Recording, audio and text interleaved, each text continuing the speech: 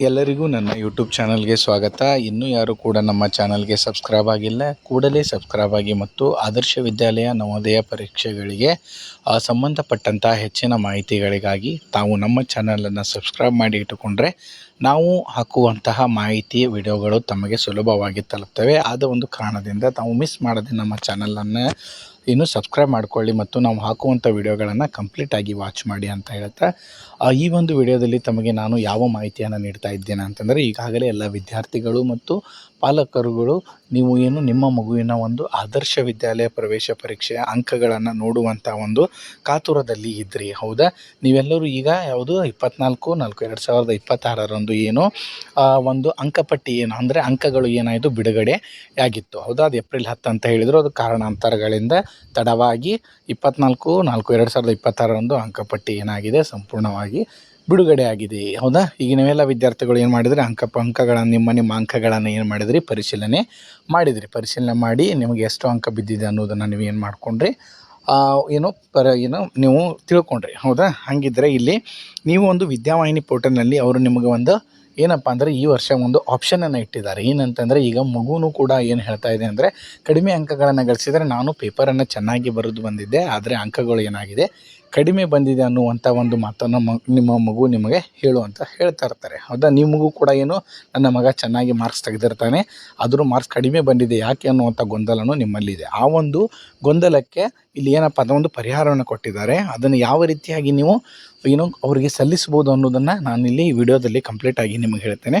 ಇಲ್ಲಿ ಆದರ್ಶ ವಿದ್ಯಾಲಯ ಅಂತ ಕಾಣಿಸ್ತಿದೆ. ವಿದ್ಯಾವಾಹಿನಿ ಪೋರ್ಟಲಿಗೆ ಹೋದ ನಂತರ ಈ ಆದರ್ಶ ವಿದ್ಯಾಲಯದಲ್ಲಿ ನೀವು ಕ್ಲಿಕ್ ಮಾಡಿದ ನಂತರ ನಿಮಗೆ ಅದೊಂದು ಪೇಜ್ ಓಪನ್ ಆಗುತ್ತೆ.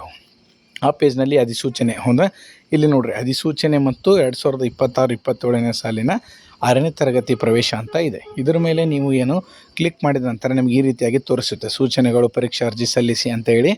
ಇದರಲ್ಲಿ ನೀವು ಏನು ಮಾಡಬೇಕಪ್ಪ ಅಂತಂದರೆ, ಇಲ್ಲಿ ಪಡೆದ ಅಂಕಗಳನ್ನು ಪರಿಶೀಲಿಸಿ ಮೇಲೆ ಕ್ಲಿಕ್ ಮಾಡಿದ ನಂತರ ನಿಮಗದೇನು ಆ ಒಂದು ಅಂಕಪಟ್ಟಿ ಅಂದ್ರೆ ನಿಮ್ಮ ಮಗುವಿನ ರಿಸಲ್ಟನ್ನು ನೋಡುವಂಥ ಒಂದು ಪೇಜ್ ಏನಾಗುತ್ತೆ ಓಪನ್ ಆಗುತ್ತೆ. ಓಪನ್ ಆಗಬೇಕಾದಾಗ ನೀವೇನು ಮಾಡಿದ್ರಿ, SATS ನಂಬರನ್ನು, ವಿದ್ಯಾರ್ಥಿಯ SATS ನಂಬರನ್ನು ಏನು ಮಾಡಿದ್ರಿ, ಹಾಕಿದ್ರಿ, ಹೌದಾ? ಇಲ್ಲಿ ನಾನು ಒಬ್ಬ ವಿದ್ಯಾರ್ಥಿಯ SATS ನಂಬರನ್ನು ಏನು ಮಾಡ್ತೀನಿ, ಇಲ್ಲಿ ಡಿಸ್ಪ್ಲೇ ಮಾಡಿ ತೋರಿಸ್ತೀನಿ, ಓಕೆ?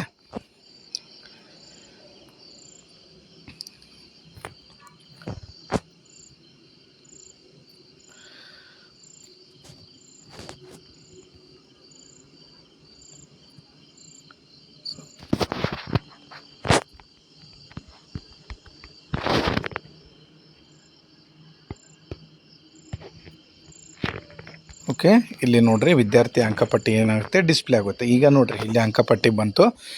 ಇಲ್ಲಿ ಯಾವುದು ಈ ವಿದ್ಯಾರ್ಥಿಯ ಹೆಸರು, ಇವನು ಪಡೆದುಕೊಟ್ಟಂಥ ಅಂಕಗಳು ಎಷ್ಟಪ್ಪ ಅಂತಂದರೆ 52 ಅಂಕಗಳು, ಹೌದಾ? ಇಲ್ಲಿ ನಿಮ್ಮ ಅಂಕಗಳ ಬಗ್ಗೆ ನಿಮಗೆ ಏನಾದರೂ ಗೊಂದಲ ಇದ್ದರೆ ಅವ್ರು ಏನು ಮಾಡಿರಿ ಅಂತ ಹೇಳ್ತಾ ಇದ್ದಾರೆ ಅಂದರೆ, ನಿಮ್ಮ ಅಂಕಗಳ ಬಗ್ಗೆ ಏನಾದರೂ ಆಕ್ಷೇಪಣೆ ಇದ್ದಪ್ಪ ಅಂದರೆ ನೀವು ದಯವಿಟ್ಟು ನಿಮ್ಮ ನೋಂದಣಿಗೆ ಅಂದ್ರೆ 52 ಅಂದರೆ ವಿದ್ಯಾರ್ಥಿ ತೆಗೆದುಕೊಂಡಂಥ ಅಂಕ 52, ಯಾವುದೇ ಆಕ್ಷೇಪಣೆಗಳಿದ್ದರೆ ದಯವಿಟ್ಟು ನಿಮ್ಮ ನೋಂದಣಿ ಸಂಖ್ಯೆ, ಪಡೆದ ಅಂಕಗಳು, ನಿರೀಕ್ಷಿತ ಅಂಕಗಳು ಹಾಗೂ ಸಮರ್ಪಕವಾದ ಕಾರಣವನ್ನು ಉಲ್ಲೇಖಿಸಿ 27 ಏಪ್ರಿಲ್ 2026 ಸಂಜೆ 4 ಗಂಟೆ ಒಳಗಡೆ ಇಲ್ಲಿ ಅವರು ಮೇಲ್ ID ಕೊಟ್ಟಿದ್ದಾರೆ. ಅಂದರೆ ಇದು ಇಮೇಲ್ ID ಅಂತ ಕರಿತೀವಿ. ಅದನ್ನು ಯಾವ ರೀತಿಯಾಗಿ ನೀವು ಸಲ್ಲಿಸಬೇಕು ಅನ್ನೋದನ್ನು ಒಂದು ಮಾದರಿಯನ್ನು ಕೂಡ ನಾನು ನಿಮಗೆ ವಿಡಿಯೋ ಮಾಡಿ ಹಾಕ್ತೀನಿ. ತಾವು ಏನು ಮಾಡಿರಿ, ಚಾನಲನ್ನು ಸಬ್ಸ್ಕ್ರೈಬ್ ಮಾಡಿ ಇಟ್ಕೊಂಡ್ರೆ ತಮಗೆ ನಾವು ಮಾಡಿ ಹಾಕುವಂಥ ವಿಡಿಯೋ ನಿಮಗೆ ಸಂಪೂರ್ಣವಾಗಿ ತಲುಪ್ತದೆ. ಯಾವುದು ಇಮೇಲ್ ID ಅಂದರೆ 22D74adarsh@gmail.comಗೆ ಇಮೇಲ್ ಮೂಲಕ ಕಳುಹಿಸಿ, ಓಕೆ? ಆ ನಂತರ ಈ ಗಡುವಿನ ಅಂದ್ರೆ 27ನೇ ತಾರೀಕು ಮುಗಿದ ನಂತರ ನೀವೇನಾದರೂ ಅದನ್ನು ಸಲ್ಲಿಸಿದರೆ ಅದನ್ನು ಅವರು ಪರಿಗಣನೆ ಮಾಡೋದಿಲ್ಲ, ಓಕೆ?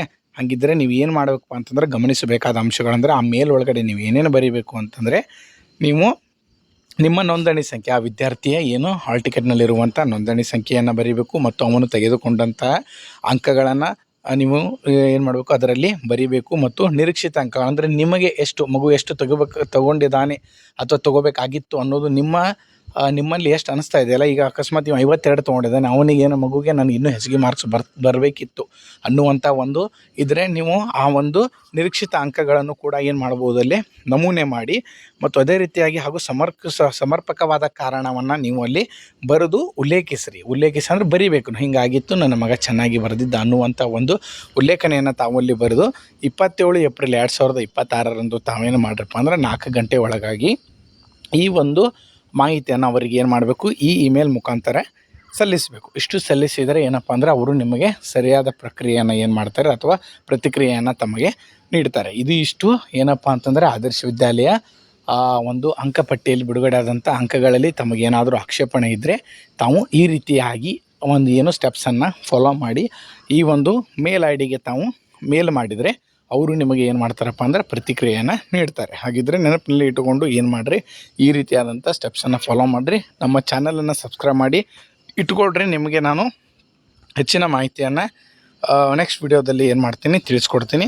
ಈ ಮಾಹಿತಿ ತಮಗೆ ಇಷ್ಟ ಆಗಿದ್ದರೆ ಮುಂದಿನ ವಿಡಿಯೋದಲ್ಲಿ ಕೂಡ ನಿಮ್ಮ ಸ್ನೇಹಿತರೊಂದಿಗೆ ವಿಡಿಯೋವನ್ನು ಶೇರ್ ಮಾಡಿ ಅಂತ ಹೇಳ್ತಾ ವಿಡಿಯೋವನ್ನು ಕಂಪ್ಲೀಟಾಗಿ ನೋಡಿದ್ದಕ್ಕೆ ತಮಗೆಲ್ಲರಿಗೂ ಕೂಡ ಧನ್ಯವಾದಗಳು.